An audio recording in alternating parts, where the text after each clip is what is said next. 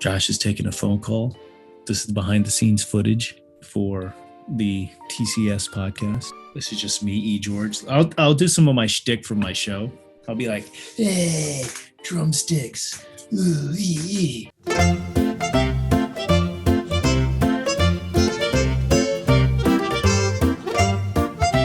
I've been getting a lot of requests to come back to Twitch. Ignore them. It wasn't the place for you. Ignore him.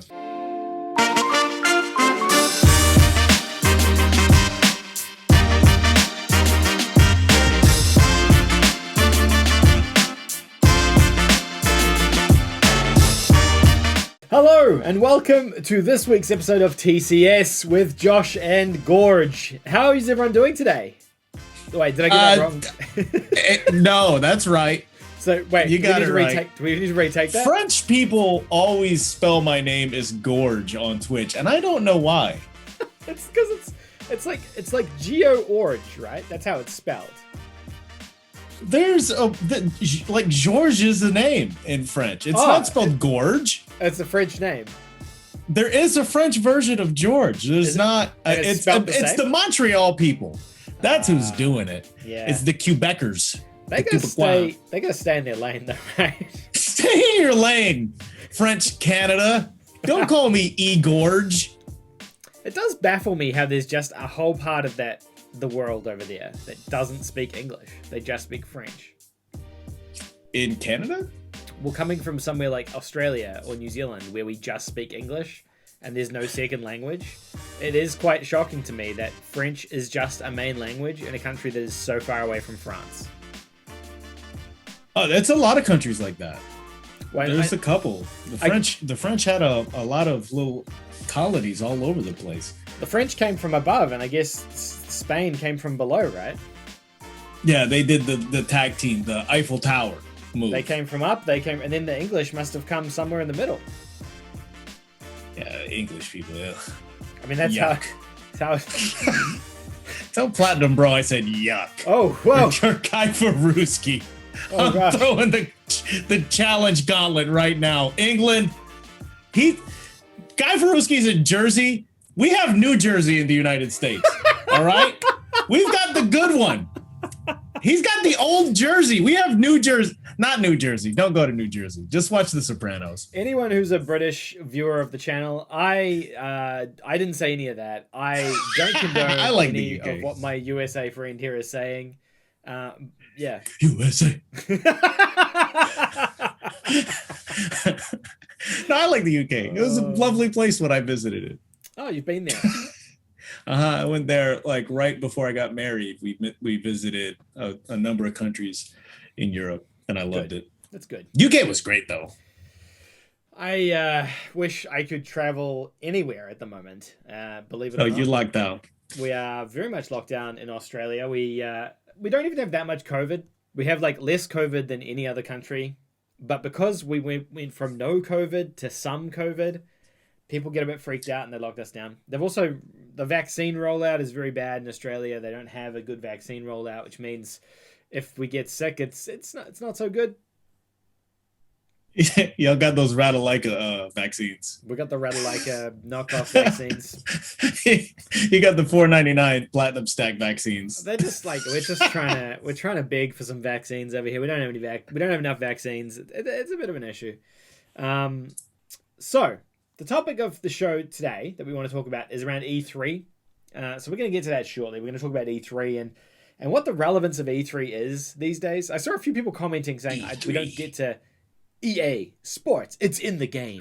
I liked EA Big. I remember you telling me about EA Big. That's my favorite one. But anyway, sorry.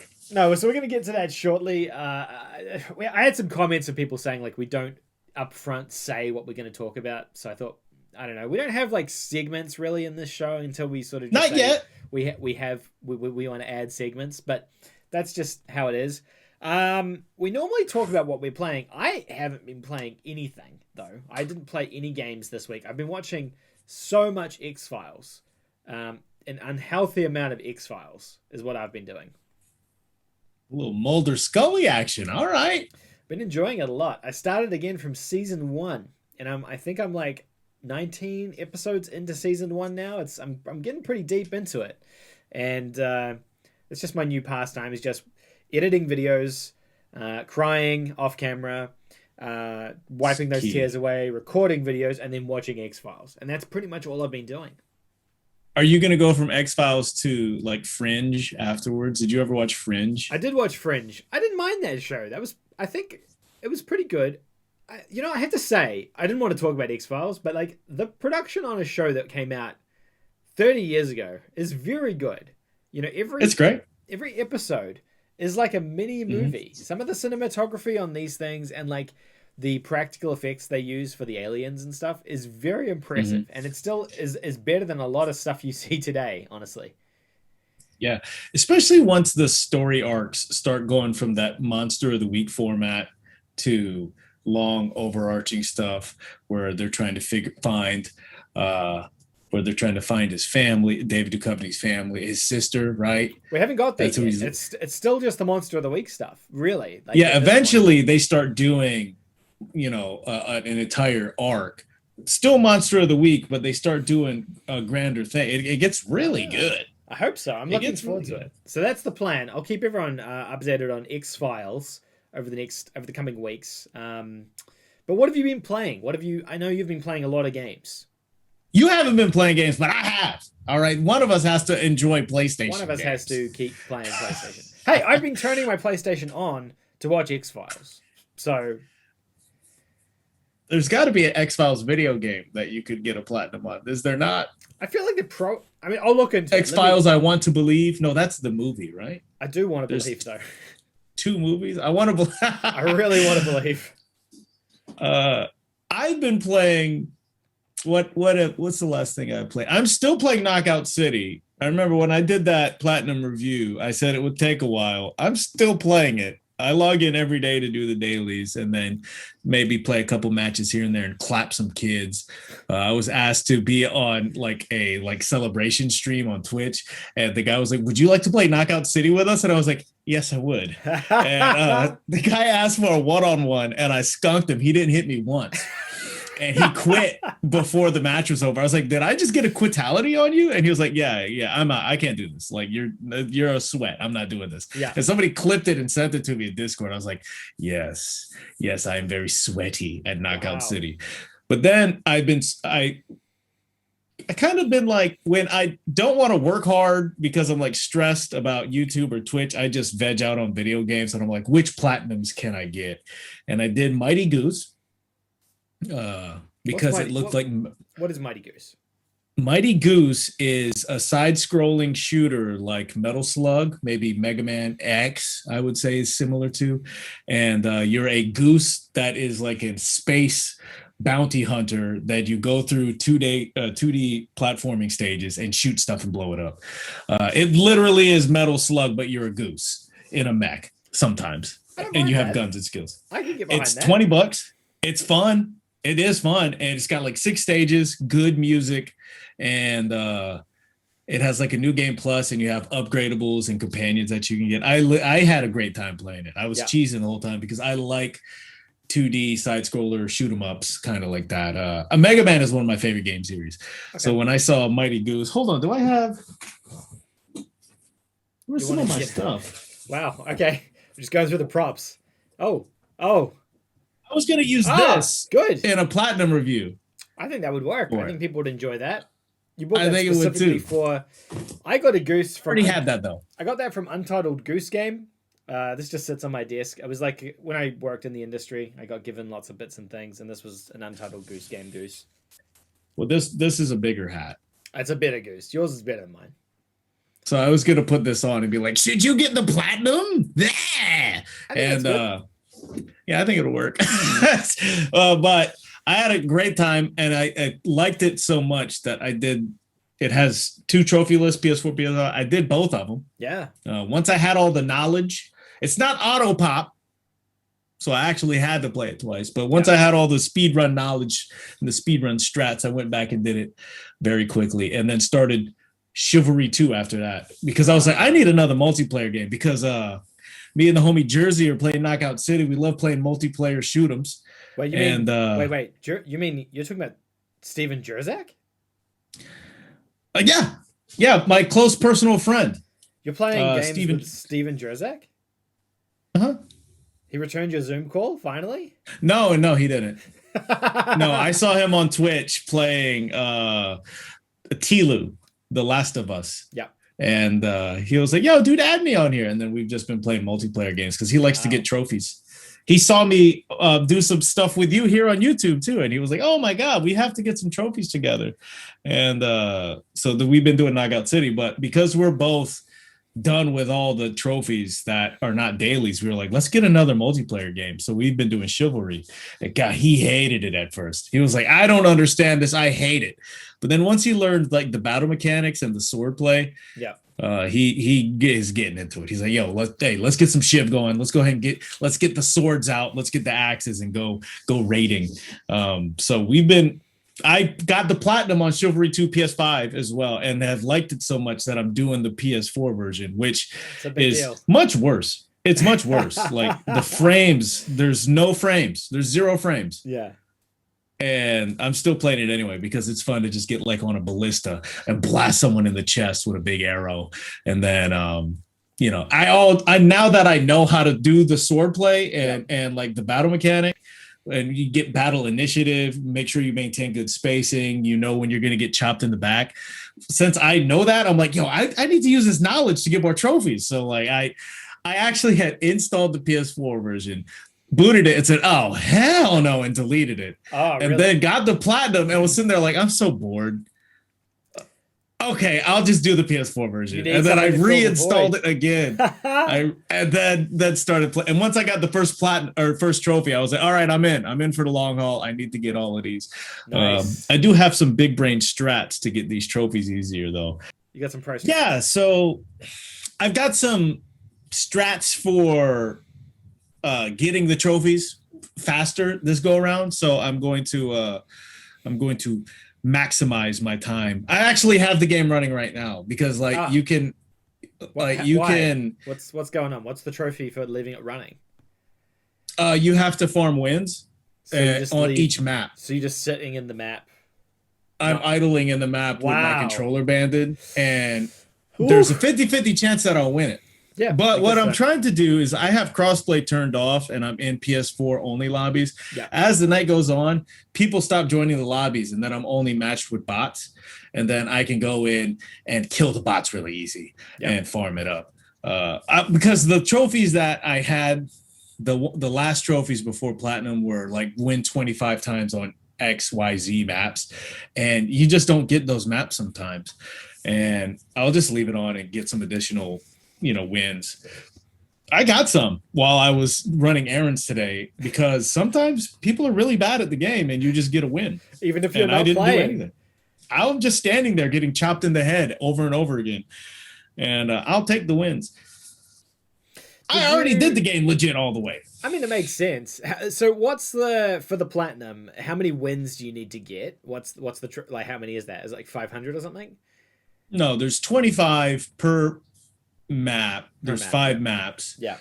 And then you need to get 25 wins as each side. There's only 2 sides, but you get those pretty naturally. And then there's 2,000 kills. The one that is tricky is 1,000 shot arrows. The trophy description is wrong. Like I shot 1,000 arrows and it was wrong. Like I think you need 1,000 hits with arrows. Yeah. And it was either hits or kills. And then there's 2,000 kills you have to get. You have to get a match where you have 50 kills in one match. You have to hit people in the head. You have to kill people with bread because you can throw items. The role-playing mechanic is so fun because you could just you'd be like, and just throw a barrel. And there's a trophy for killing 13 people with bread. So you could chop someone and just hit them with a bread roll and kill them. And I thought that one could be tricky, and it's not. You just hold the bread, and then whenever someone's low, throw it on their middle back, and they'll faint. Yeah. And the long shot, the trophy wording is wrong for the long shot too. It's kill someone from over 100 meters range, and I think if you're using the longbow, it's only 50. So it looks daunting, but I unlocked that trophy twice with a 53-meter shot. So it's not And too I bad. go, no, it's actually really easy. And then once you clear all the miscellaneous stuff, you just play the game and get the wins. Mm. And I'm kind of at that point right now. But I'm having so much fun because I've never really played like a medieval like fighting simulation like that. I never did. There's some other ones like that. Mountain Blade was the famous one, I Yeah, think. Mountain Blade. Yeah, Yeah, that's the I never played Mountain Blade. Hood Outlaws and Legends is like the new one that came out on PS5, which is very similar to Chivalry. And they're almost identical games, and Oh, that's on sale at the moment as part of the mid-year deals sale that's going on right now. So it could be worth having a look at if you're enjoying this one so much. I thought that was a Robin Hood game. It's based on Robin Hood, but it has like the multiplayer looks to me very much like Chivalry. I played the original Chivalry on PS3 and then again on PS4. So I got the platinum in those two games on PS3 and PS4, and they had a similar trophy list to what you've described. It was like 25 wins in each of the different types. You had to do like the siege mode and the war mode or whatever it was. I remember, Hmm. and I really enjoyed it as well. I thought it was really fun. I mean, the first one's probably terrible now compared to the second one, but at the time when I played it, I think like 2014, 2013, it was really good. Since you need the wins and it's only two teams and you can switch teams whenever you Yeah, want. I If I'm remember that about to as well. lose and there's a spot on the other team, I just switch teams. I do remember And doing that too. I just picture my character just picking up some red armor and being like, I'm on this team now. Just looking And then sideways, make sure no one's watching, and then like, hey, you haven't been on this team all day, have you? You're like, yeah, I've been right over here. You're like, oh, all right, well, get in here. I did that once in one with 0 seconds left, switching teams like a scumbag. yeah, that's good though. I do like that. It's like a classic old school PC mechanic, right? Yeah, dude, that's great. Um, Like old Team Fortress Classic type stuff where you just switch red to blue or class and then. I feel like I would enjoy Chivalry too. I do quite enjoy those sort of multiplayer games that are like a bit more casual. Like there's no story or commitment because I don't like to play. When I play games now, I don't play for hours and hours at a time. Like I'll play for like 30 minutes, 40 minutes, Right. 1 hour, and that's like enough for me. But when you're playing like Death Stranding and you get hit with a 2 hour cutscene, that is like that is when I'm like, I don't like this. This isn't good.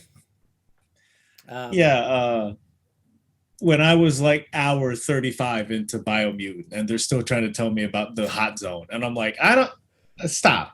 Just I only have so much time, yeah, yeah. but I've been really back into multiplayer games like hard, where it's just like, yeah, I just want to get in there and shoot or stab and just knock out like 2 hours of it and then just go to the gym or do a stream or something like that. It's the You know? commitment of because I generally probably enjoy single player games more, but I think that the low commitment of jumping into a round of Hunt Showdown or Dead by Daylight is just so appealing to me. Like I turn the console on to look at the games to play, and Mhm. you see these games there, and I'm just like, I can't be bothered listening to the story or watching this or like committing time to it. And I'm just like, I would rather just play a round of running away from Freddy Krueger and then turning it off, like, and then Or I'm done. Nemesis. Or Nemesis, Yeah. Nemesi. Yeah. Yeah, it's I don't know.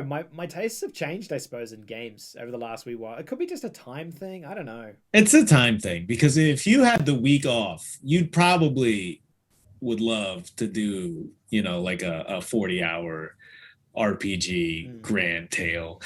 Jersey was going to do Scarlet Nexus, but then he was like, all right, I'll just get Chivalry. And we've just been chopping people up. But I was like, what's Scarlet Nexus? He goes, I don't know. You have mind powers. It's your It's an anime mind powers. JRPG. Yeah, but Jersey's into his waifus a little bit, so I think he's probably looking at that. I think. Well, he's convincing me to get Doki Doki Literature Club on PlayStation. So Mm. maybe that will be my next platinum. Interesting. We'll watch this space.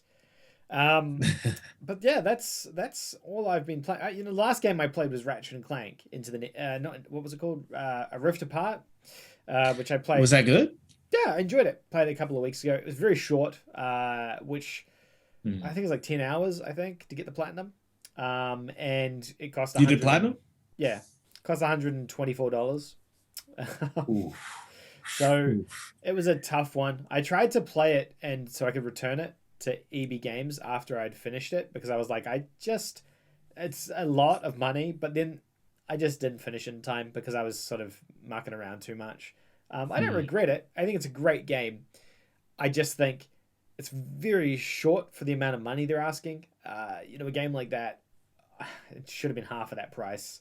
And I think it would have been absolutely superb. And that's not to diminish how much work goes into it. It's just impossible to be buying this many games and asking, those prices for them.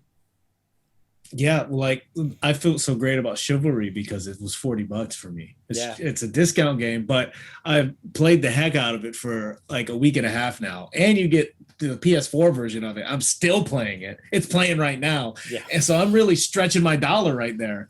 If I want to spend $70 and then be done with the story, what is the replay value after that? And I do agree though, like those are special games and you should respect them and the amount of effort that goes into it, but respect my money too. I mean, I'm broke if I buy every single game that comes out. I want to do Guilty Gear Strive, but I just can't stomach. I could play Chivalry twice for $40 or play Guilty Gear, get the platinum in a couple hours, and then just throw it out. Yeah. So I haven't been doing Guilty Gear, even though I love those games. I love Blaze Blue. I love Guilty Gear. So just kind of been holding off until I can get some more money. Yeah, it's a tough one. I think we'll tackle that. I want to do an episode about that. I reckon let's save that. We can talk about game prices and stuff. I think that's an interesting conversation. But this week's episode is about E3. I don't know, does E3 stand for Entertainment Expo, right? Electronic Entertainment Expo. 3 E's. Yeah. E3's been around for a couple of years, and for those of you who aren't aware, E3 is basically the kind of Christmas time for video games, when all the publishers traditionally announced all their games during press conferences for the year. They used to announce like for about 12 months of games, everything for the next 12 months, and then there would be like 3 days of convention where media, trade could come in and try the games out. Basically, like you're selling the games to trade. So, Best Buy is there buying units and media is there testing them out to say, yeah, this is good, this is bad, and then letting consumers know. And it's gone on for years. This thing's been around for like over a decade at this point. And I think maybe more, right? Well, it went away.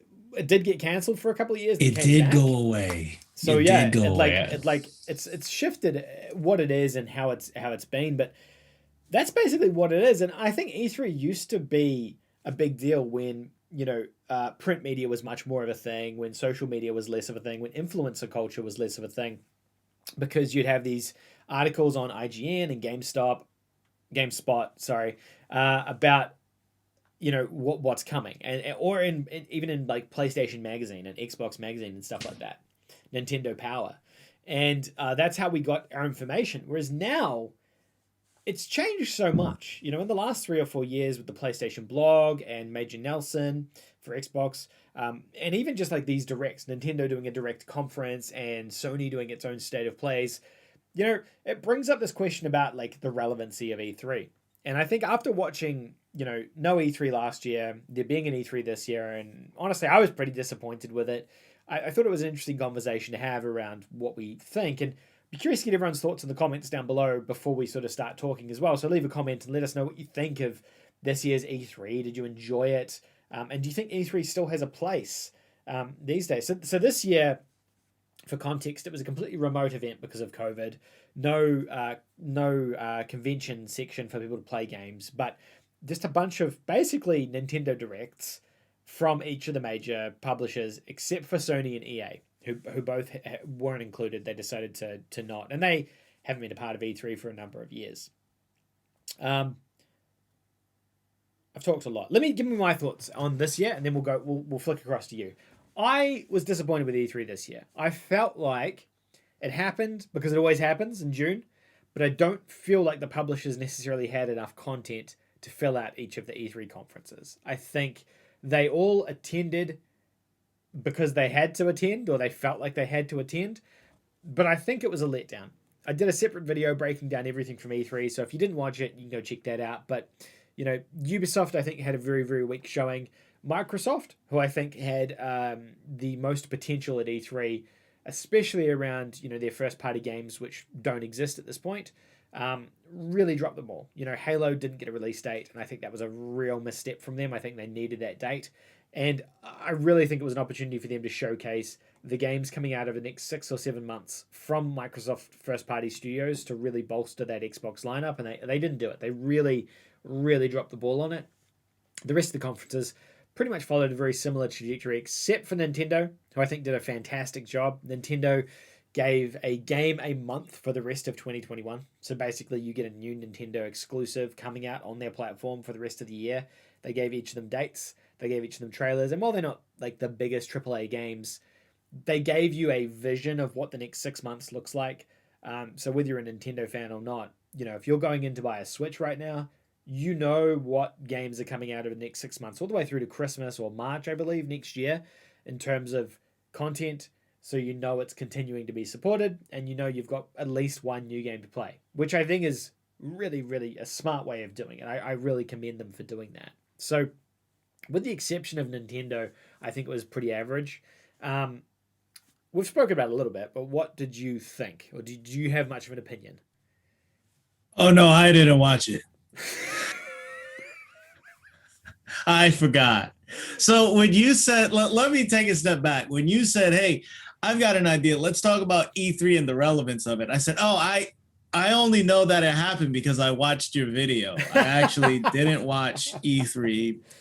So the more that I process my thoughts, I just think it's very interesting because we're going to have two perspectives. You worked in the industry. You understand what events are and putting them together and promoting your material and getting it out there and why it's important. I've only been a consumer. And at a certain point throughout E3's life cycle, I got uninterested in E3. I was just like, it's not for me. Especially when you're looking at games that have these great Watchdog-esque trailers, and then when they're released, they're not good. I'm just like, I don't want to watch these. I'm not interested.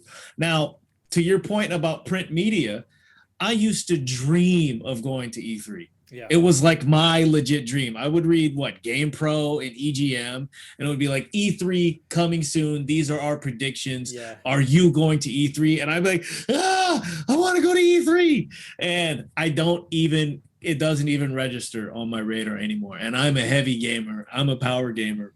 I don't care about E3 at all. I don't care about the industry's marketing machines to sell me the games that they want to sell me. I'll just buy a game with a goose in a mech. I'll buy a guy shooting a catapult because it looks good to me, but I don't need to watch trailers years in advance that eventually fall short anyway. The hype machine behind E3 made me not want to be a part of E3 anymore. So if you said, hey, I got passed for E3, yeah, absolutely. Yes, I will go. But like for me, like when you said, let's talk about it, I was like, I should probably study something. I should probably look like, what was PlayStation there? No, not at all. Not even no presence whatsoever. So is it just Nintendo? And Xbox, yeah. Actually, Nintendo isn't there either, technically. It's just Xbox. Oh, it's bad then. This is a Sony-only channel. Yeah, so... And you said Xbox only they didn't put Halo 12 out? They didn't release Halo 12 or Horizon 12? Well, they showed gameplay for it, but they never gave it a date. That's my problem with like a lot of this stuff. It's what you've just said, is like hyping up these things that aren't coming for years, or overhyping these things that just aren't real. And Halo was supposed to come out November 2020, and we're now in June 2021, and it still doesn't have a release date. So it shows, like, to me, that Microsoft has no confidence in when they'll be able to get that game out, because it's going to be like, essentially the game was delayed probably a year by the time it finally does actually release. But they've got a world stage here at a point in June when everyone's looking at them, because this is just when everyone looks at them, and they don't have something to bring the thunder. And I think that's the problem with E3, is that it happens at this point in time every year, even if you don't have the content to show.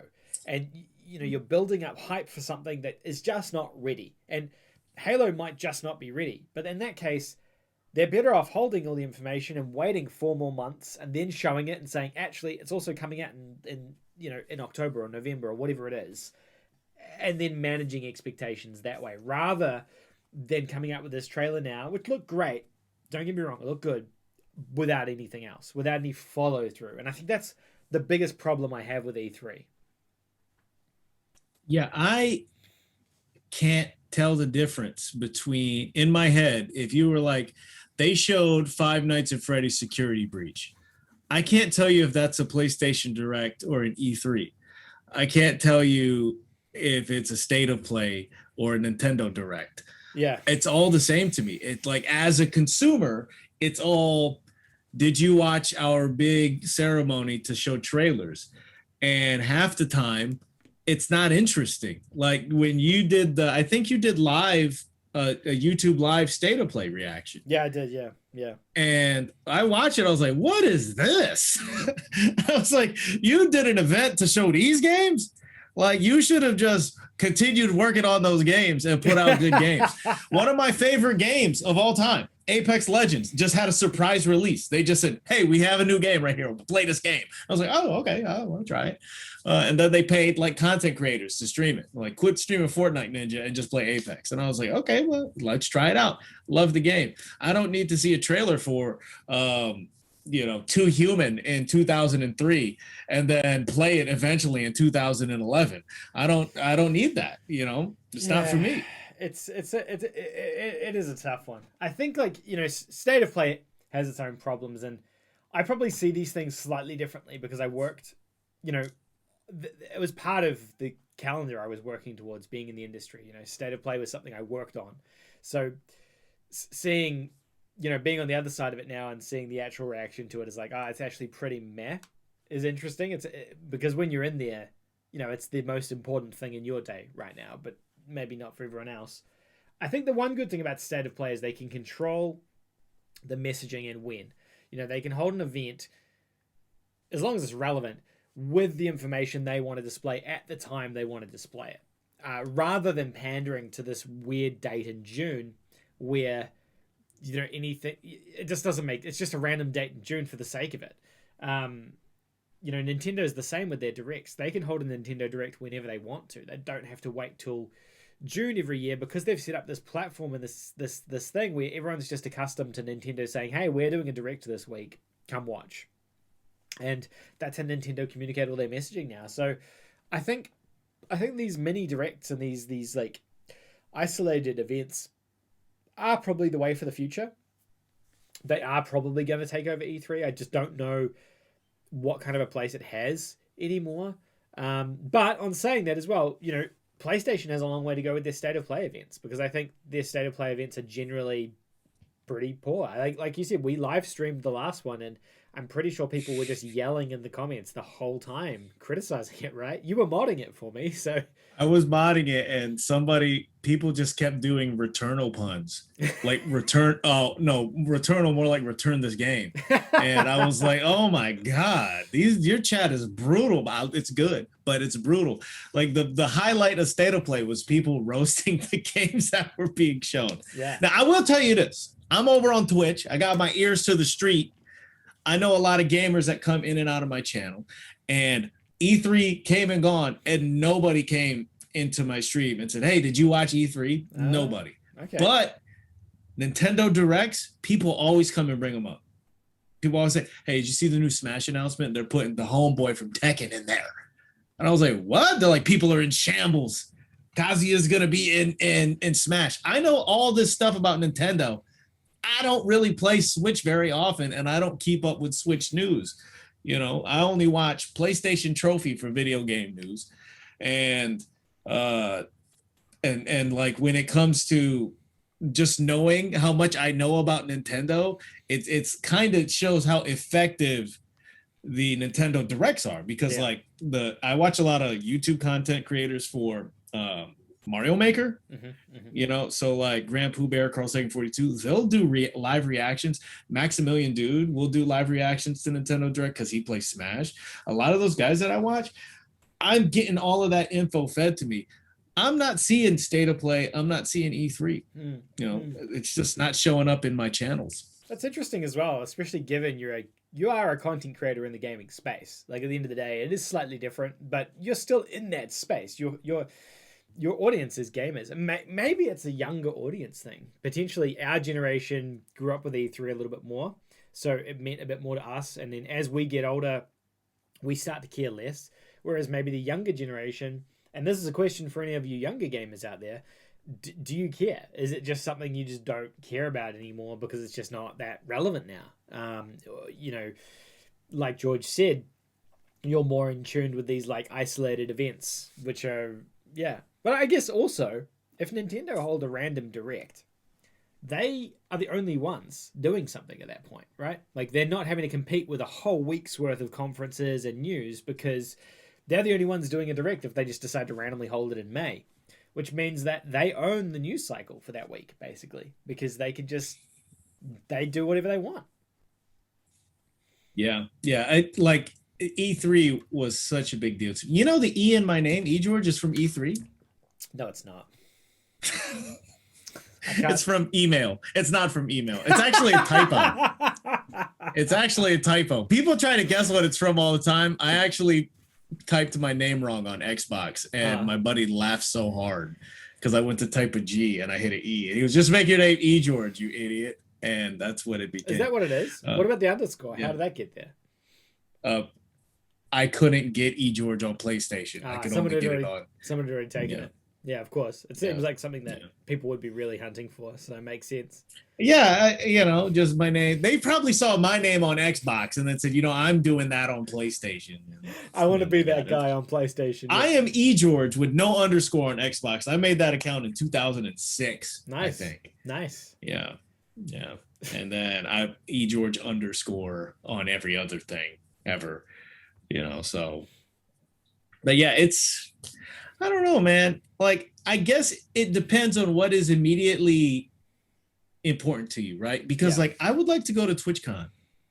I don't know what they do or if it's even fun, but since I stream, I would like to go to TwitchCon. If they announce one like at the end of the year, I would try to buy tickets for it and make a trip out of it. But I would never try to go to E3 unless it was like, if you were like, look, I got a job for us to do. We're going to go do E3 stuff and then do some podcasts somewhere. I'd be like, okay, I will go. That's good. That's interesting. But I would never spend my afternoon watching conference ads. It's just not for me. Yeah, I've done enough stuff in the industry that I've been conferenced out and conventioned out, if I'm being honest. I visited so many different conventions in my time, and some for fun, some for work, and they all kind of become the same sweaty, smelly, dirty things, sadly. You're gonna get the next COVID going to one of those things. Yeah, I think that's how COVID started. The crud. I think, like, I don't know, I used to love them as well, and then when you've been to enough of them, you're like, you know what? I think that's enough for me. I think I've done enough of this, and that's probably where I'm at now. But I'm also old and irrelevant, which is also a really big part of it. So yeah, I would go to a Comic-Con. I've never been to like a major Comic-Con. Oh yeah, I think that would be fun. Yeah, I would dress up as Moist Critical and just do deep voiced comments, dead panned into the camera. But the other thing that I thought was that, like, I usually keep up with E3 when gaffes happen, when there's memes and goofs. Usually it's heavily covered. Yeah, definitely. When they did Diablo for the phone, was that out of E3? No, that was just I think that was. Was that a BlizzCon? BlizzCon, yeah. Yeah. It was a BlizzCon? Yeah. So they were like, you got phones, don't you? When that was going around the internet, I was like, okay, I'll keep up with this. Or when Cyberpunk, where was Cyberpunk with Keanu? Yeah, that was E3. I love you. Yeah, I love you too. Yeah, man. You know, that game is back on the marketplace, by the way. I heard that it's come back. I saw it. They're not giving refunds. New release. If you buy it now, it's on you. They're not going to give you money back. I saw it under new release. I was like, it's not a new release. This is re-released. Don't buy This that. is not a new release. Don't buy that. If you're thinking of buying it, don't buy that. I've heard they have re-released it, is all I'm gonna say. Yeah, I've heard that they But lied to everyone, haven't redeemed themselves yet. So, you know. there's usually some major YouTube channel. Like, I would much rather watch your 30-minute video that just covers everything with your reactions. I was like, 30 minutes. This is gonna be beefy. But that's better than being like, all right, let me tune in to the live stream to watch Major Nelson, who looks really old now. And I'm like, Yeah, oh, I he's feel aged. terrible. I remember when Major Nelson looked young, I and now know. he looks like he's in a retirement home. And I'm like, what have I become? Yeah. I can't handle seeing someone age Yeah. to this extent. It is terrifying, right? I find the same when I watch actors and I see them. I'm like, oh my goodness, this is not good. That 30-minute video made me sick, by the way. I lost my voice after recording that video for like 2 days. Made me sick too. I couldn't even say it all the way without laughing. You were holding I it couldn't in. do it. You got it out. Good. Oh, good. Oh well. There we go. That's it. That's it. Good. Well, that's about all I really wanted to say on the topic, to be honest. It was just about more of just a bit of a brief conversation about what we thought of E3 and what it does going forward.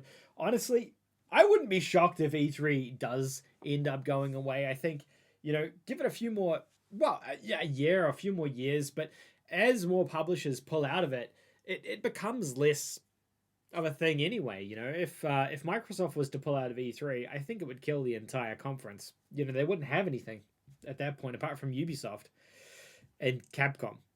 And I remember after they shut it down and restarted it, I was reading some business ads about how they were rebranding it, and it was like E3 is going to focus on more about providing a certain experience and it's going to be more of an experiential type situation, and I'm not interested in that experience. So it's like, you can't attend it either. That's the thing. Like, no one gets to go there unless you're in the industry, so you don't really get to see that. You just get to see it on your screen, but you never actually get to experience the experience.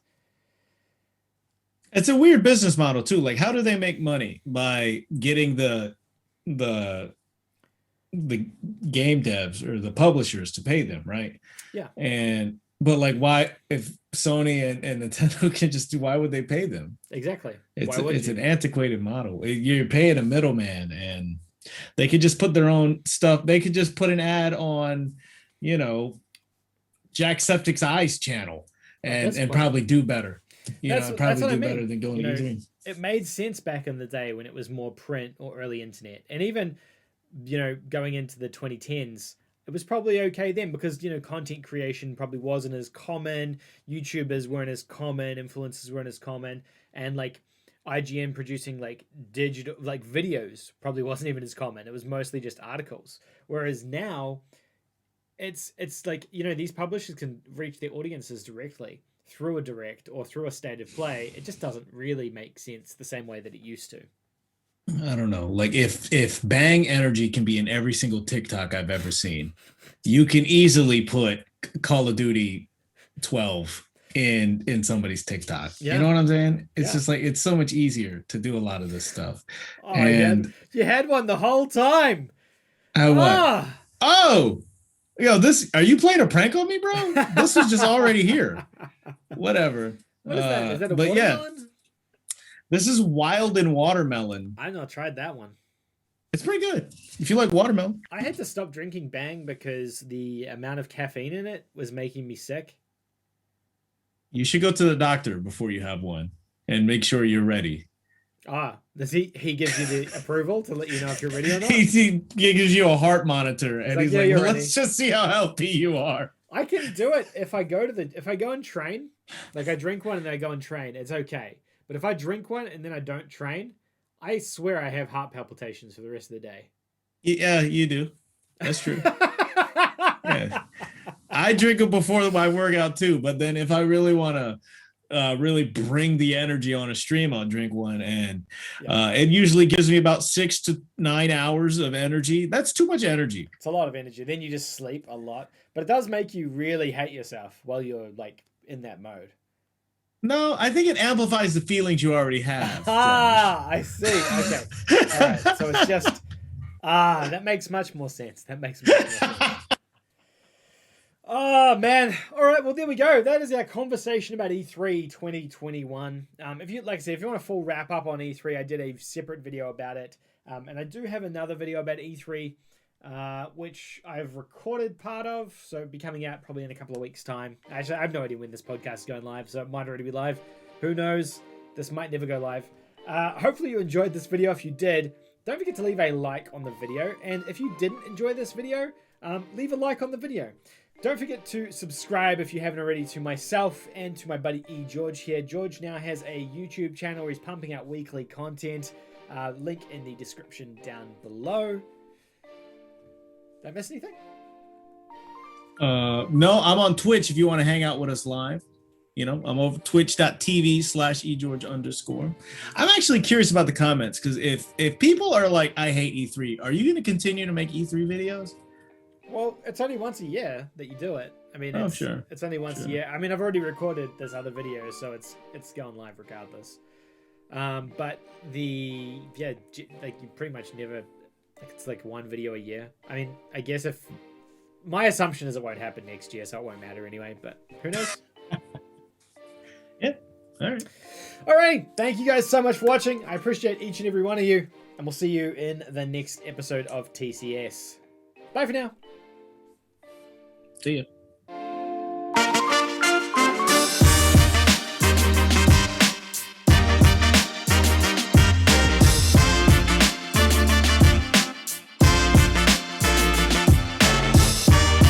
Patreons, it is that time again. Thank you, each and every one of you popping up on the screen here for supporting me this month on Patreon. It is thanks to all of you that we can keep these lights on in the back of the studio. Without you, the lights wouldn't be on. So thank you so much for that. If you want to support me further on Patreon or as a channel member, you can hit the join button directly below this video on YouTube, or the link in the description down below to go over to Patreon and help support the channel. Thank you guys, you're all legends.